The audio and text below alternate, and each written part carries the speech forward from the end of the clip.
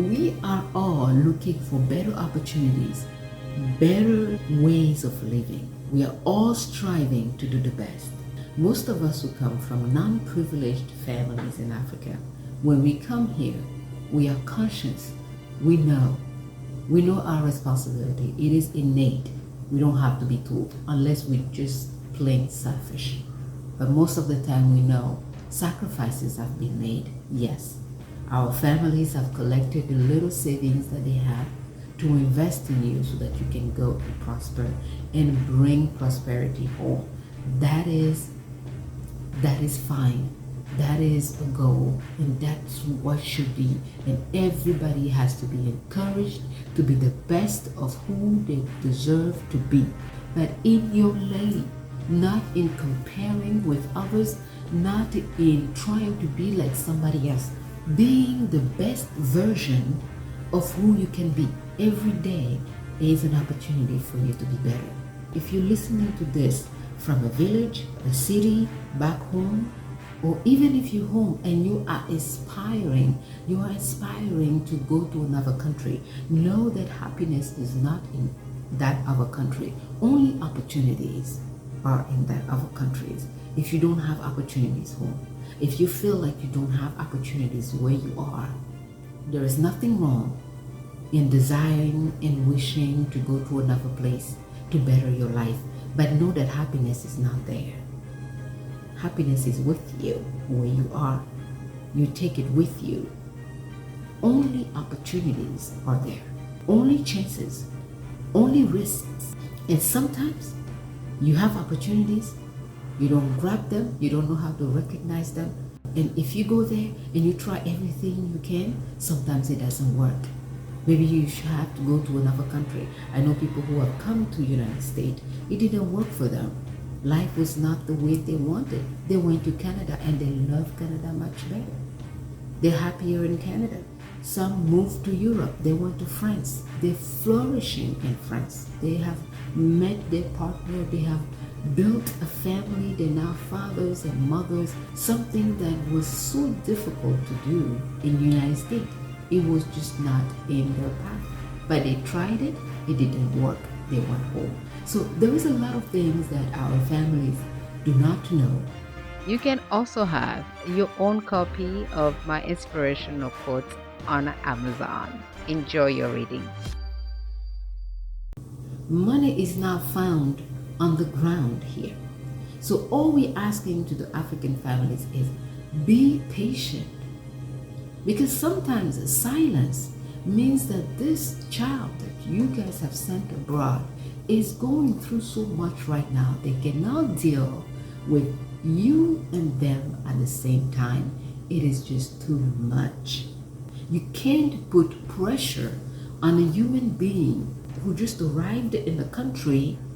They don't speak the language. And even if you speak English, Kenyan English and Zimbabwean English is not the same as American English. There's just some cultural differences. They still have to be accustomed to the new land.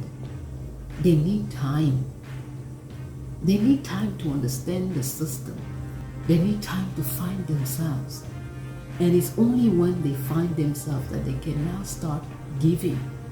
You have some family members that will call you every 2 days. I have one relative who married a Frenchman. They're in France right now. And it was tough for them. Not all white people are rich. That's another thing that African people need to understand. Not all white people are rich. Some white people are also hustling. They're also hustling in their own land. The same way Gabonese people hustle in Gabon, Congolese people hustle in Congo. There is some American hustling in America. It's not all bright and shiny for all white people. Sometimes we need to cut them some slack. It's not their fault if they're white. When they arrived in France, they were trying to make it. So the older sister of the wife is back home. And she keeps calling her sister. Since you have gone there, you have not sent us money. We are sick. They're always sick. When they call, they're always sick. There is always some sickness issue, health issue. Oh, the doctor say I have this, the doctor say I have that. Every day, the doctor says, and it seems like every time you try to send $1, nothing ever gets better. They even come up with stories just to rob you. So anyway, the immigrant sister said, listen, right now things are very tough for us. I don't have anything to give at this moment. We'll see what we can do. She didn't say no. You know what the sister answered? She said, oh yeah, that's the same story you have been saying over and over again. You're keeping all that money for yourself over there. You want to say that this white man is not giving you money, so you think you married that white man for yourself?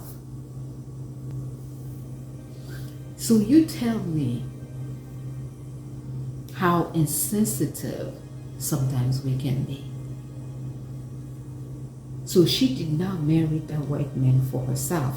She married the white man for who? The entire family? That is wrong, guys. That is so, so wrong. And we need to be able to speak about it and change those kind of behaviors. We have relatives who call and say, I need a car. I need a phone. They want the latest phone.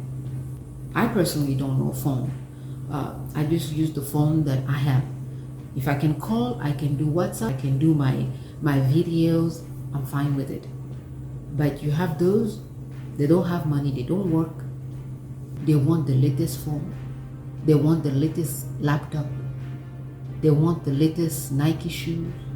They want the latest perfumes. They want things that you even never heard of. Some will just call, they see you on video, you're talking to them, and they see you getting into your car. They're like, I want your car. I say, well, if you want my car, how am I going to drive? And they tell you, you can buy another car. I mean, I love the confidence, but you can just see how they really do not understand the reality. I'm not speaking about my family. I know a lot of people will be sitting there and thinking, oh, maybe this is what her family is going through. No. My family, my mom, my dad, my siblings, we're actually very well together. Like they know, they don't ask. But I do have relatives who calls every day.